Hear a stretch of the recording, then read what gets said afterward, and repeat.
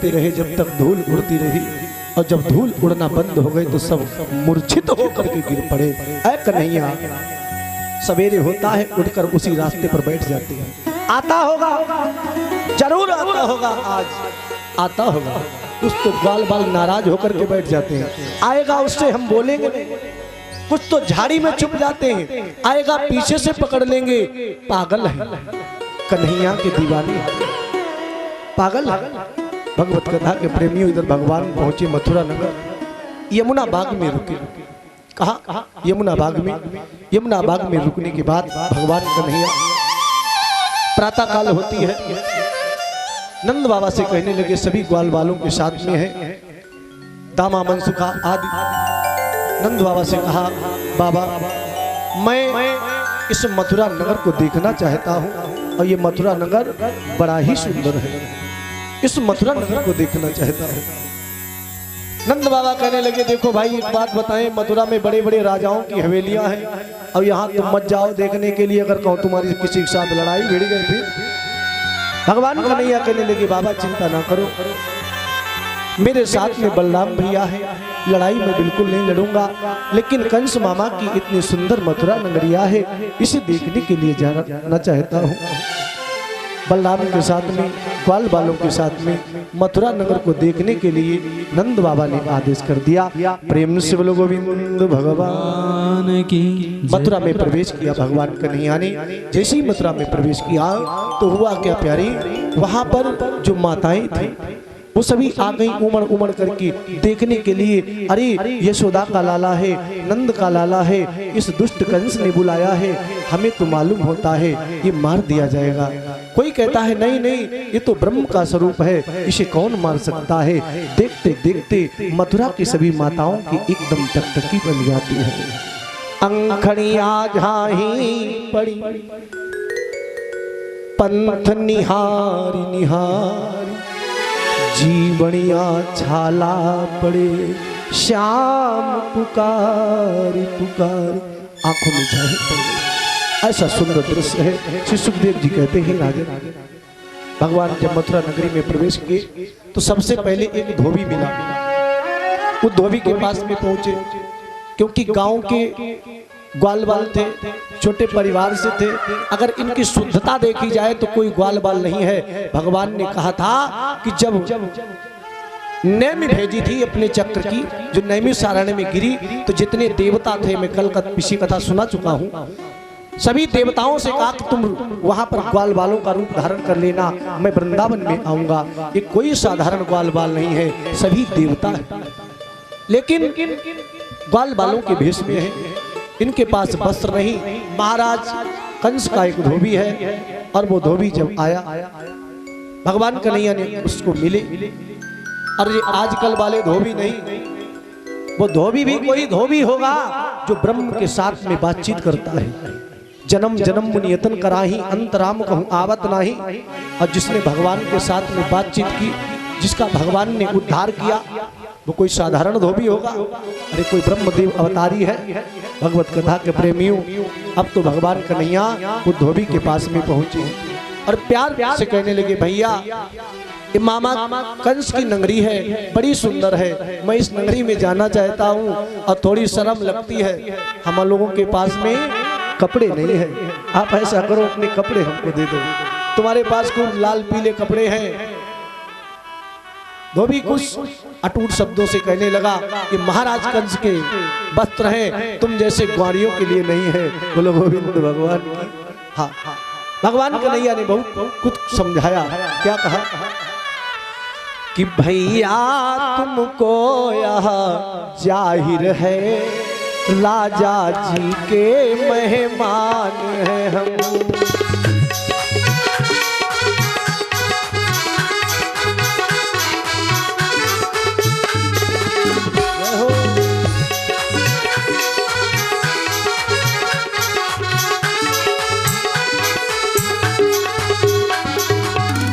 भैया तुमको यह जाहिर है,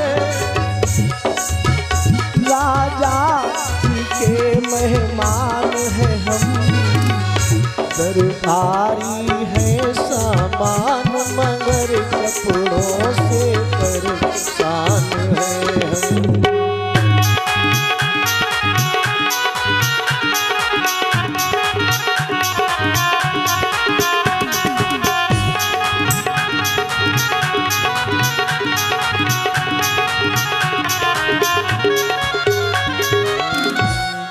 वृंदावन बिहारी लाल।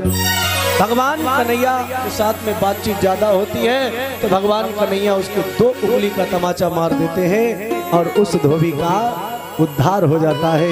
प्रेम से वृंदावन बिहारी लाल जय। धोबी का उद्धार हो गया भगवान के हाथों से। इन लोगों ने खूब उल्टे सीधे वस्त्रों को पहना और चल दिए आगे। कहा जिसे जो वस्त्र पहने हुए न मिलो हो और परीक्षित उसको वही वस्त्र दे दिया जाए तो कैसे पहनेंगे, उल्टे सीधे पहन लेगा। तो इन लोगों ने राजसी वस्त्रों को उल्टा सीधा पहन करके आगे चले। कहा तदस्तु बायका प्रीतस्तयोरवेश कल्पयत विचित्र वर्णेश चैल्या कल्पैरनुरूपतः। आगे पहुंचते हैं तो एक दर्जी मिलता है। दर्जी के पास में भगवान पहुंचे। दर्जी भगवान का परम भक्त था। उसने देखा कन्हैया आ गए, स्वागत किया और स्वागत करने के बाद जितने उनके वो वस्त्र उल्टे सीधे पहने थे उन सभी को छांट काट करके बराबर कर दिया और अच्छे ढंग से पहना करके भेज दिया। भगवान ने आशीर्वाद दिया। प्रेम से गोविंद भगवान आगे बढ़े। कहाँ पहुंचे? सुखदेव जी कहते हैं राजन ततः सुदाम नो भवनम मालाकार जगमधु।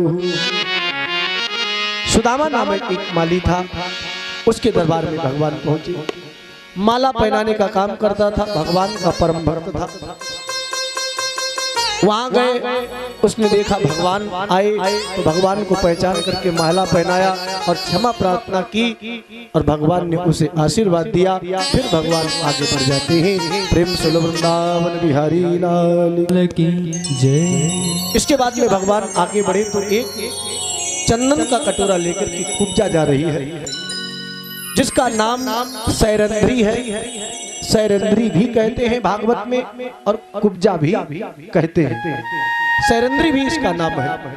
अब अगर विधिवत देखा जाए तो ये पूर्व जन्म की शूर्पणखा है। अब अगर समस्या हो किसी को कि नहीं है तो गर्ग संहिता उठा करके देख लेना। प्रेम से लोग गोविंद भगवान। क्योंकि हर चीज एक शास्त्र में नहीं होती है। कितना भी कोई विद्वान होगा कि हम सही बोलते हैं, शायद किसी ने बोला है तो उसने भी कहीं प्रमाण ही पाया होगा या खोजा होगा। गर्ग संहिता में पाया जाता है कि ये कुब्जा पूर्व जन्म की शूर्पणखा थी। भगवान जब कुब्जा से मिले तो इसको बड़े प्रेम से बोले आय मृगनयनी। अगर कोई कमजोर व्यक्ति हो, कुरूप व्यक्ति हो और पर सुंदरता को वर्णन कर दे तो कैसा लगेगा? बोलो गोविंद भगवान। सुंदरता का वर्णन नहीं चलता। भगवान ने उसको सुंदर मृग नयनी यानी मृग के नेत्र बड़े सुंदर हैं ऐसी उपमा दे दी। प्रेम से लोग गोविंद भगवान जय। इधर कुब्जा जब मिली भगवान ने पूछा कहाँ जा रही? बोले कंस महाराज के चंदन लगाने जा रही। चंदन लगे? हाँ। बोले कि आज हमारे लगा दो। बोले काहे नहीं, तुम्हारे लगा देंगे। भगवान के चंदन लगा दिया और जब भगवान के चंदन लगा, बलराम के चंदन लगा, ग्वाल वालों के चंदन लगा और खूब माथा आता पोत करके बैठे तो भगवान ने बलराम से पूछा, कहा भैया इसके साथ में कुछ उपकार कर दिया जाए। बलराम कहने लगे बाकी सब काम कर तब हम पर ना पूछत, इसके लिए हम पर काहे पूछत? बोलो गोविंद भगवान। हाँ हाँ। भगवान ने कहा अच्छे कर्म करने के लिए कौन सी बात है, कर दीजिएगा। यूं कह कर भगवान को चंदन दिया चढ़ाए दाऊद भगवान की जय। सुखदेव जी कहते राजन अब भगवान आगे बढ़े। आगे कहाँ बढ़े? जहां पर धनुष रखा था, जिस धनुष यज्ञ के लिए कन्हैया गए थे। अब व्यास जी ने क्या लिखा यहाँ पर? करेण बामेन सलील मुद्रतम सज्जम चक्रत्वा निमसेण पश्चिता।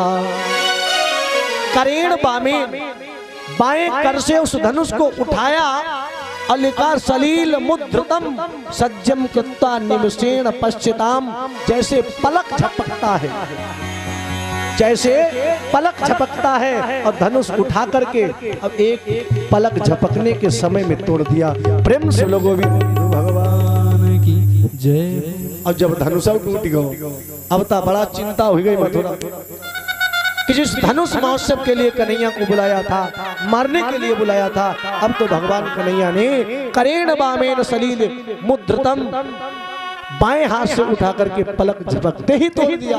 कितने बलवान हुई बोलो भगवान। आगे भगवान बढ़े। सुखदेव जी कहते हैं कंस ने इतनी व्यवस्था की थी, एक 10,000 हाथी की ताकत के बराबर हाथी था जिसका नाम था कुबड़िया पीर हाथी। उस हाथी को गेट पर फाटक के बांध दिया गया, खूब लंबी रस्सी पकड़ाई गई जंजीर, और उसको मदिरा में ध्वस्त कर दिया। मदिरा पिए हुए हाथी असवार है, साकर को फेर रहा है। बलराम कान लगे, बाकी सब गेट पार कर ही पाए, लेकिन जो कैसे पार हुई बोलो गोविंद भगवान। ये तो गेट बड़ी मुश्किल से पार होगा। भगवान बोले चिंता ना करो। भगवान आगे बढ़े और हाथी के साथ में 2 क्षण का युद्ध किया और हाथी की तोड़ी दांत बाहर कर दे बोलो गोविंद भगवान। अब हाथी का भी उद्धार हो गया। सुखदेव जी कहते हैं राजन, अब इसके बाद में कंस जितने पहरेदार रहते सब भाग खड़े भय। अरे धनुष का भी खंडन हो गया, हाथी को भी भगवान ने पछाड़ दिया। अब क्या होगा, बड़ी समस्या। धीरे धीरे समय नजदीक आया। पहरेदारों ने थोड़ी बहुत अपनी तकनीकी दिखाई, वो जाई। पहरेदारों को भी भगवान ने